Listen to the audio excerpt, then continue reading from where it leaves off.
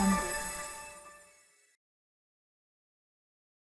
Selamat datang di Wijaya Talk, Talk about everything. Kali ini kita akan membongkar satu rahasia sukses UMKM naik kelas. Kenapa Anda harus cepat merubah status UMKM menjadi perseroan terbatas? Ini bukan tentang keren-kerenan, tapi ini tentang perlindungan harta dan peluang uang besar. Nah, rekan bisnis, langsung saja saat ini sudah bergabung nih bersama kita seorang pelaku bisnis, Ibu Devi. Selamat datang, Bu Devi. Terima kasih, Bu Feni. Iya, kali ini apa nih Bu yang mau Ibu bagikan ke rekan-rekan bisnis sekalian? Iya, jadi kali ini saya akan membagikan tips bisnis anti rugi. Oke. Bu Devi, UMKM itu kan sering bilang ya kalau PT itu ribet, mahal, tapi lebih ribet mana nih kalau harta pribadi kita sampai disita karena hutang bisnis? Jelaskan deh Bu konsep paling pentingnya ya, tembok pembatas. Bagaimana PT itu melindungi aset-aset kita seperti rumah, mobil, tabungan pribadi agar terhindar dari masalah bisnis nih Bu.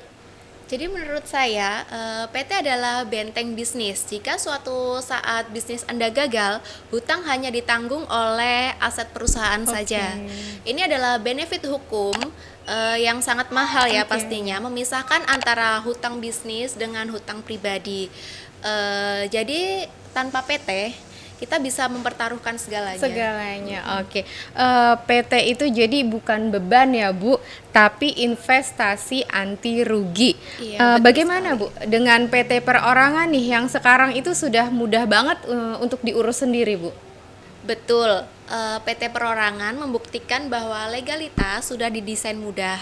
Jangan cari pembenaran untuk menunda, tapi cari kecepatan untuk mengamankan aset Anda. Mengamankan aset ya Bu poinnya. Aman dari utang sudah. Sekarang kita bicara tentang uang besar, proyek besar. Kenapa bank, investor, dan proyek tender besar lainnya itu hanya mau berbicara dengan entitas yang sudah menjadi PT? Apakah PT sebuah kartu nama legal? Itu soal kredibilitas hukum. Jadi PT dianggap lebih profesional, akuntabel, dan juga transparan. Bank lebih mudah untuk mencairkan modal, investor juga lebih yakin untuk menanamkan dana karena ada jaminan kepastian hukum. Tanpa ada PT, Anda terlihat seperti bisnis yang coba-coba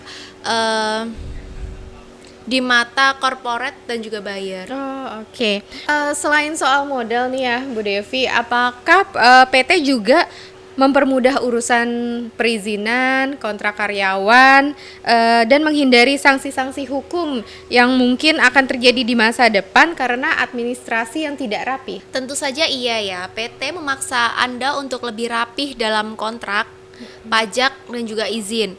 Kerapihan ini adalah perisai nih yang melindungi Anda dari gugatan perdata, sengketa karyawan, hingga sanksi administrasi.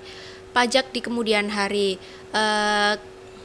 Kepatuhan hukum adalah fondasi bisnis yang paling besar. Oke, Bu Devi, singkat saja nih ya. Apa sih sanksi terburuk nih bagi pelaku UMKM yang terus menunda-nunda legalitas bisnis mereka sampai bisnis mereka tuh sudah besar? Jadi sanksi terburuknya adalah aset pribadi disita atau bahkan gugatan pidana jika ada pelanggaran izin yang fatal. Ingat ya, jangan tunggu masalah datang baru urus legalitas, tapi legalitas adalah asuransi terbaik.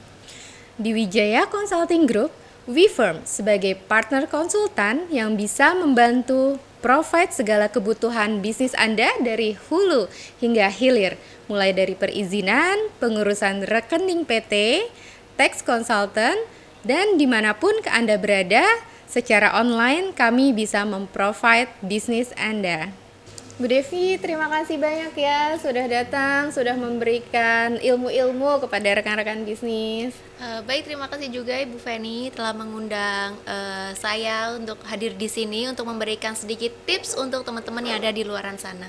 Rekan bisnis, ingat, bisnis yang hebat bukan hanya tentang omset, tapi tentang legalitas yang kuat. Jangan tunda bisnis Anda naik kelas menjadi PT. Jangan lupa Terus pantau channel kami, like, share, and subscribe. Terima kasih. Terima kasih Bu Devi.